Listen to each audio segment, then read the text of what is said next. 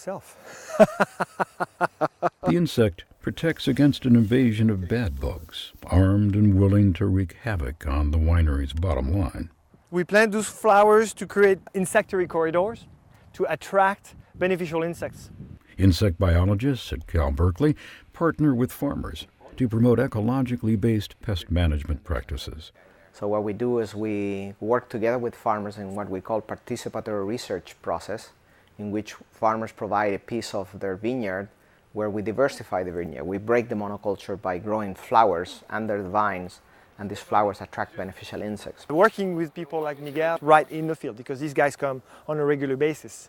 They trap and they monitor and they tell us how many good bugs and bad bugs. These farmers then become lighthouses where they are setting an example for other farmers to learn about that. And in that way, then there's a scaling up of what we call the agroecological approach to pest management. Certainly, all of the objects up to here have not been touched for the last. Back on campus, lasers shed light on a different way to ensure our future. 19th century scientists in the physics department of Cal Berkeley studied mechanical gears and steam engines, very practical physics.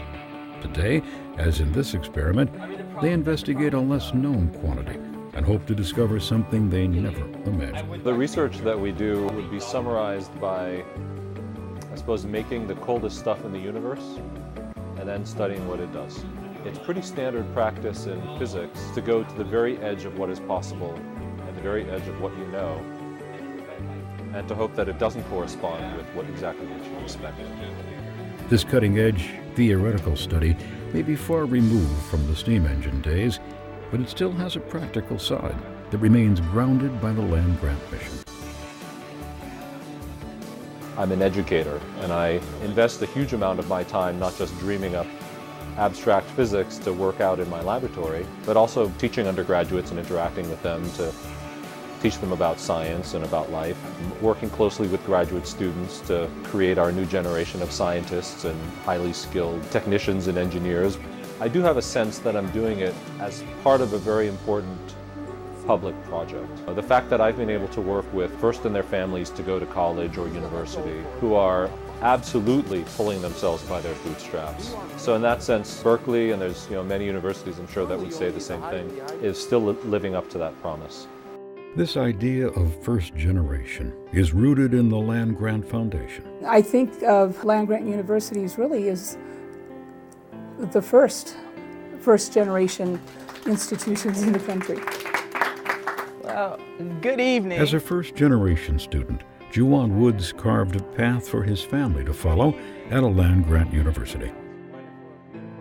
Now, the expectation in my family is that you will go to college, and that you can succeed at college, and that you can go on from college to do whatever it is that you want to do. I'm going to share a little bit about my story and share some things that I've learned along the way. Infused with a land grant spirit of service, he confidently reaches out for partners to help him with his personal mission. After graduating, he started a business that donates profits to bring clean water to kids in Nicaragua. And I know what a difference in education can make in a person's life. I'm a testament to that. So we thought if we can help kids around the world get clean water, then they'll be healthier, they can go to school, and hopefully they can have opportunities like we've had. Putting people on a path to growth and development, whether in a classroom or in the community, is not some academic abstraction. It's a living, evolving, and dynamic force that also goes by the name of Cooperative Extension, the local outreach arm of the land grant system. The idea that you would take an educated person and put them in every county of every state of the country as a way of disseminating information is really pretty extraordinary. What distinguishes the land-grant universities from other publics is this county-based presence historically and will continue in the future. That's the magic of it. It's actually in your charge. You're supposed to do this. The land grant system has included very close, personal, face-to-face working relationships between academics, professors, scientists, scholars, and students and folks in communities. None of these other research universities have an ethic or a culture of relationship with the public.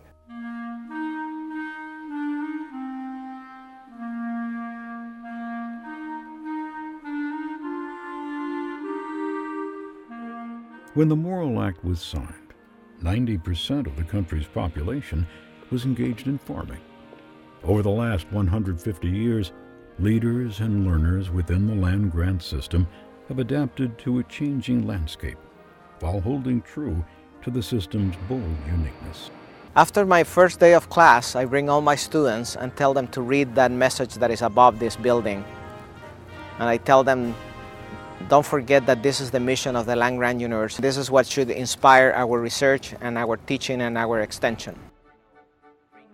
Knowing that there was an institution that even coming from a class of 50 was going to be there, that gave me the skills and the confidence and the wherewithal to be able to do whatever it was that I could hope for or dream about.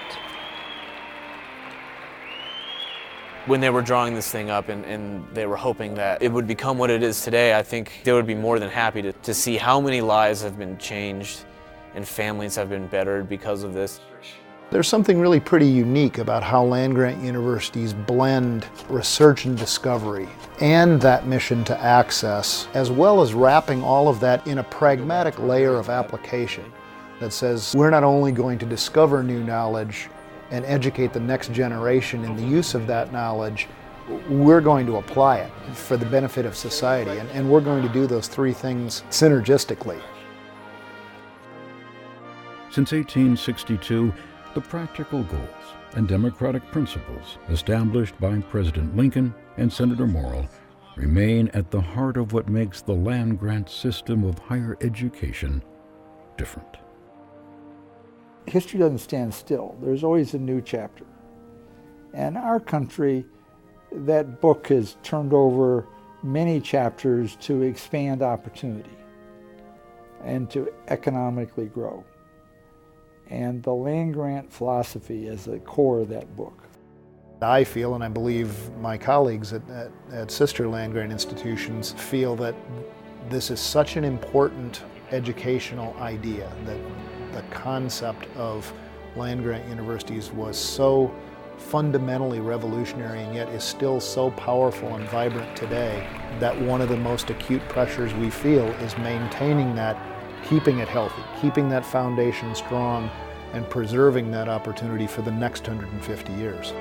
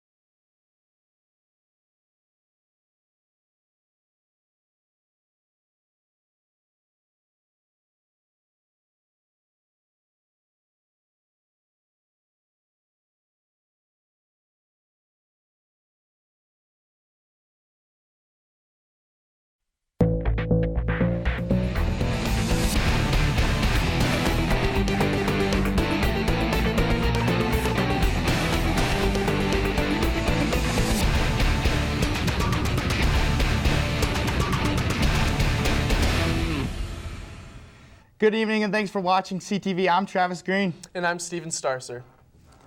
The women's basketball team is the regular season conference champion. The Lady Rams beat UNLV at home on Wednesday to seal the deal for the first time since 2002. Travis, the Rams came out in this one at home and got the job done. They're now the Mountain West regular season conference champions, first time in 12 years that they've gotten this. AJ Newton led the way. She had 21 points. Sam Martin chipped in 17. Ellen Nystrom had 16. Once again, another balanced effort for this Lady Rams team. And it was impressive. They got to cut down the nets. Yeah, it's really cool to see, as we said, the first time since 2002. So really cool to see these ladies go out there and do that. Yeah, and you know, I guess my next question for you, for this team taking a look at their resume to this point, do you think they'll be able to go dancing even if they did not win the conference tournament title? You know, it's really tough to say no, but I'm going to have to say no. I mean, women's basketball is a little bit different than men's, where there's more powerhouses because the girls stay 4 years. They can't do the one and done rule. So these teams build up and those conferences get built up as a result. And I think to make it into the tournament, for us being in the weak Mountain West Conference, we're going to have to win the conference championship.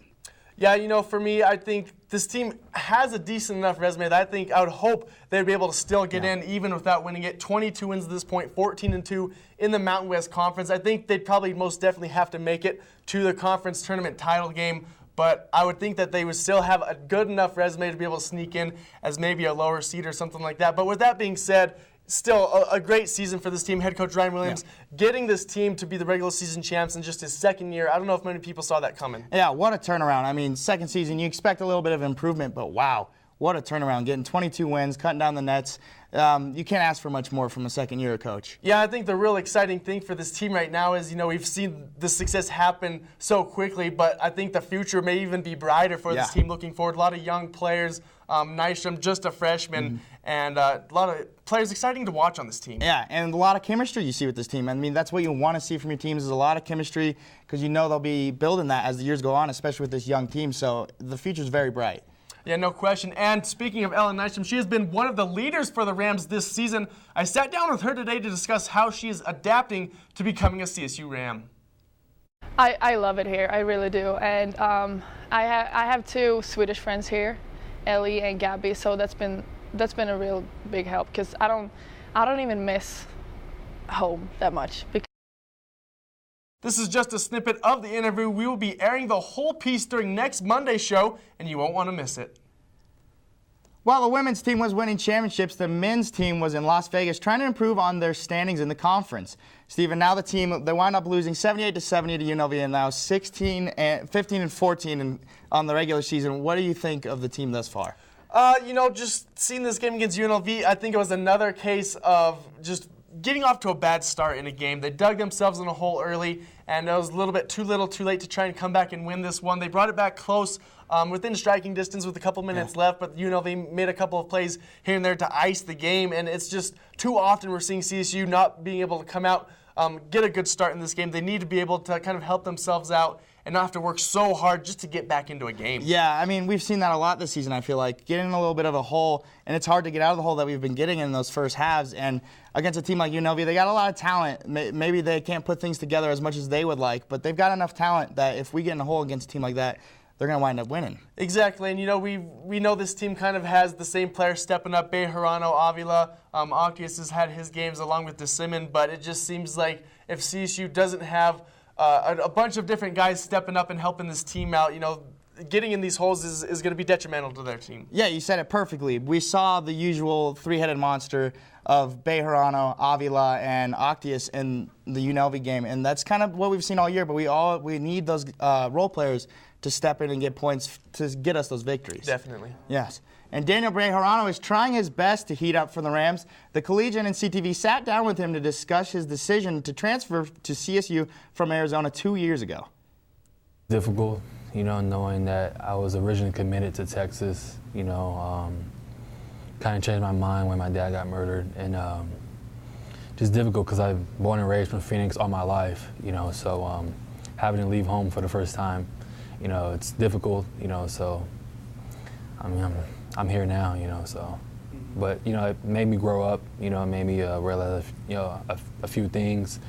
Also made me make some hard choices, you know, without my mom being there.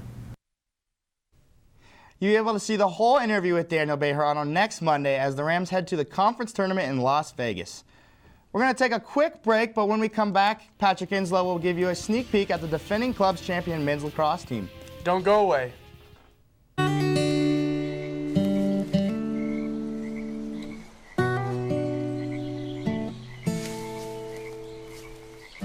When you're out there, there's no telling what you'll find. I see it! I see it! Oh, look at you. There are some moments only the forest can inspire. Find yours at discovertheforest.org. With the weather warming up, the CSU men's lacrosse team is back in action. CTV reporter Patrick Inslow has more on the team.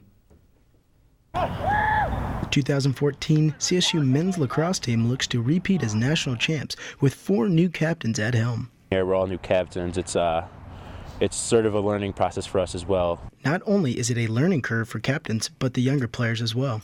But we have to bring them back down and make sure that they know the basics, make sure that they can catch and throw, and we're doing little things playing together as a unit. Depth will not be an issue for CSU this season. I mean, we have such a deep team. We roll so many players. We can play with 8 to 10 attackmen, 12 midfielders. No really other teams do that in the country in the MCLA. CSU played Grand Canyon for their first game on the road. There's nothing like that big first game, and they came out and they put up a couple on us and punched us in the mouth, and we had to rally back. And once we did come together and just start playing lacrosse, we learned that if we get up for each other and just play for each other and as a team, then we can hang with anybody. And we came back and had a nice little rally and came out with a win on that one.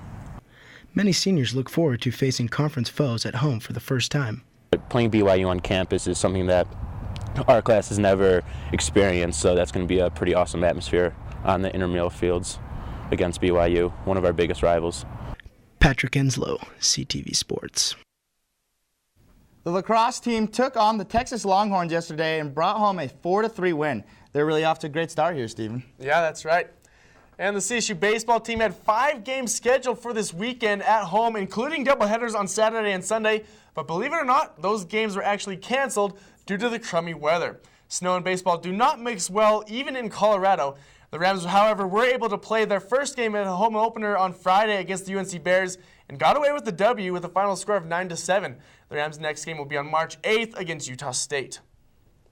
And bad weather seems to be following CSU sports everywhere. The women's softball team was in California this weekend, expecting to play 6 games in the San Diego Classic, but only got to play 1 game. The others were canceled due to rain. In the game they did play, though, the Rams beat Lehigh 4-1. They are now 8-3 on the season, which marks their best start to a season since 2007. Up next will be CSU's first home games of the year as the team begins the Colorado State Classic on Friday, March 7th.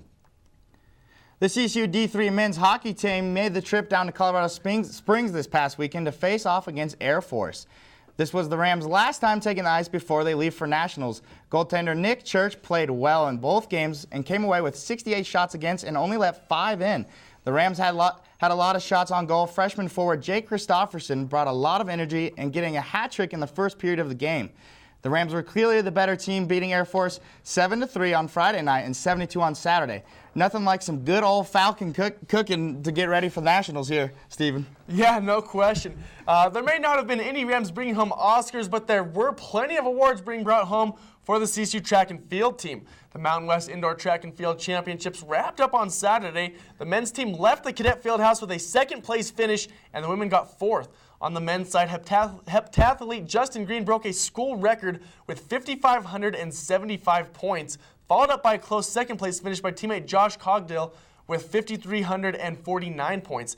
And senior Trevor Brown finished in his last indoor championships with his 4th consecutive Mountain West title in the 60-meter hurdles with a time of 7.77 seconds. It's now time to take another quick break, but we'll be back faster than Trevor Brown can run the 300 hurdles, Trav. Yep, and coming up, we got our March Madness projections. Stay tuned.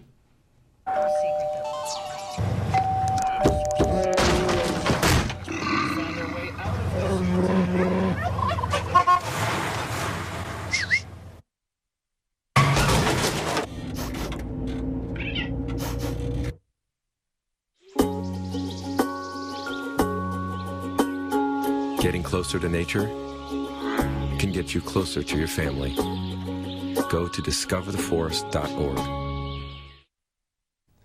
Welcome back. You're watching CTV Sports, excuse me. And last week we played a little game, had a good time with it. So Travis, we decided to do it again. Yep, and that's right, Stephen. This one has to do with March Madness, though. We're going to show the resumes of some teams that may be on the bubble, and we'll discuss whether they should make the NCAA tournament or not. Yeah, there is a catch, though. Travis will not know which team it is. We're just going to be looking at the resume first. He's going to decide whether or not he thinks they'll get in. Then we'll go ahead and show the team along with the resume, see if that'll change his mind or not. Let's go ahead and take a look at our first team up. This team, 17-11 overall, 8-8 in their conference, with a RPI of 55. Big wins against VCU and at Pittsburgh. Notable losses coming against Minnesota and twice against the University of Virginia. Looking at that resume, would you say in or out, Trav? I'm saying out on that one. I mean, only 17 wins, 11 losses. That's a pretty rough case to make that they're going to get in the tournament. All right, let's go ahead and throw the name of that team up there, see if this is going to change Travis's mind at all. It is the Florida State Seminoles, 7th in the ACC. Wow. I mean, when you think of Florida State, you kind of think that's definitely a bubble team in my mind. And seeing that's kind of shocking to me. 17-11 for Florida State. Wow. Yeah, you know, the ACC is tough, obviously, arguably one of the best conferences out there, but 17 wins, a little bit low for me. I would still probably have them on the bubble. I'm right there with you, a little bit bubble team there. All right, let's see team for Steven here. Give him a shot. All right, we got 22 wins and 7 losses with a 10-4 record in conference, 15 RPI, so an impressive RPI there with big wins against St. Louis, who's a great defensive team, and Virginia, and then they lost to George Washington, St. Joseph's, and Northern Iowa. What do you think here, Steven? I like the 22 wins. I like any time a team has more than 20 wins out there. And then the RPI of 15, I think that's pretty strong. Just looking at that resume, I would give this team the nod in. All right, well, let's take a look at what the team is here for you. And it's VCU. Shaka Smart's team over there. I mean, a lot of people know them for their Cinderella story a few years ago. And I think that proves that, in my mind, that they should definitely get in. Yeah, you know, the A-10 definitely has a little bit of reputation for being a decent conference. St. Louis and St. Joe's are both good. I would say still keep them in there. I think VCU's reputation for the last couple of years gets them in again. Yeah, I'm right there with you. All right, let's take a look at the next team up for Travis. This team 19-10 overall, 10-6 in their conference. RPI way up there at 100. Big win at the Pit in New Mexico, but losses to Arizona and San Diego State. I'm pretty sure this is a really familiar team to us here. Couple Mountain West opponents on there. Yeah, Mountain West opponents. I think they're not in unless they win the Mountain West tournament because I know that's a Mountain West team. All right, let's go ahead and double check here to make sure Travis got this one right. It's the UNLV Running Rebels, 3rd in the Mountain West. Yep, 3rd in the Mountain West. I mean, exactly what I expected. They're going to have to win the Mountain West tournament. They're kind of in a similar situation with us that they're going to have to win the Mountain West to get into that tournament. Yeah, I would agree. The RPI not looking too good for this team. Yep, all right, let's take a look at Steven's next team here. All right, we got 24 wins, very respectable amount of wins, 5 losses. They're 12-4 in conference with an RPI of 38, so they're up there. And their only big win is against Cleveland State, though. It's a little questionable with notable losses against the powerhouse Kansas and Northern Illinois. Steven, what do you think? I would say on the bubble right now, maybe leaving them out. I just think with the no big notable wins, that kind of scares me a little bit. Let's go ahead and see what this team is. Let's see this. Let's see who it is for him up here. And Toledo. Wow. What are your thoughts after seeing that? Yeah, you know, this kind of confirms what I thought. I'm going to go ahead and say still leaving them out.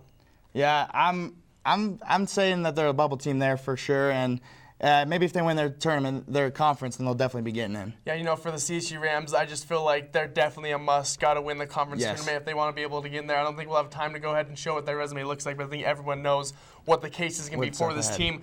That's all the time we have for you on tonight's show. Thanks for tuning in. We'll be back next Monday, and you can always get all your updates at collegian.com. Have a great night.